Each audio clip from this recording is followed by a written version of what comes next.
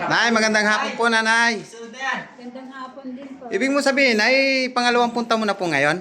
Hindi, first time. First time mo pa lang. Pero, Ibang manggagamot galing na siya. galing ka na po pala sa ibang manggagamot. Ngayon po, sa pagpunta niyo po sa ngayon para ipakonsulta yung karamdaman mong sakit, nay, na palipad hangin. Ano po sa pakaramdam mo sa ngayon? Magaan na po yung ano po. Kasi matagal ko nang pinapanood. Matagal ka na. Napapanood ko na siya niyan. Lalay.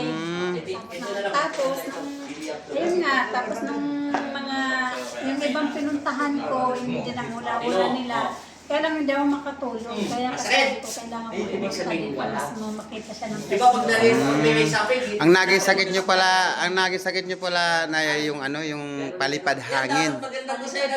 Tao po yun, nay. po, tao daw. Na may edad na. Hayaan mo na yun, nay. Basta importante na, nanay, gumaling ka na. I-reverse yun.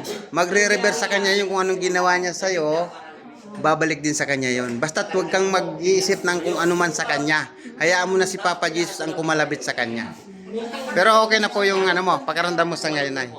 Kaya, nararamdaman mo minsan. May kutan kasi ano.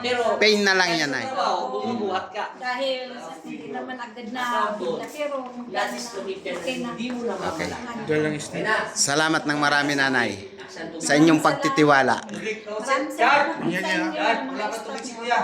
Okay po. Sa dulo, mga patubigyan. Oh, bye-bye. Salamat, Nay. Masaya ka na. Thank you so much. Thank you so much. Bye-bye. Masaya ka na, wala sakit. Nay, masaya na, wala sakit. Okay, thank you. Bye-bye po. Bye-bye. Thank you, Lord. Yeah, Alam bye-bye. na, bye-bye na kaya. Graduate na yan, hindi na babalik. Hey, bye-bye. Thank you. Bye-bye. Bye-bye.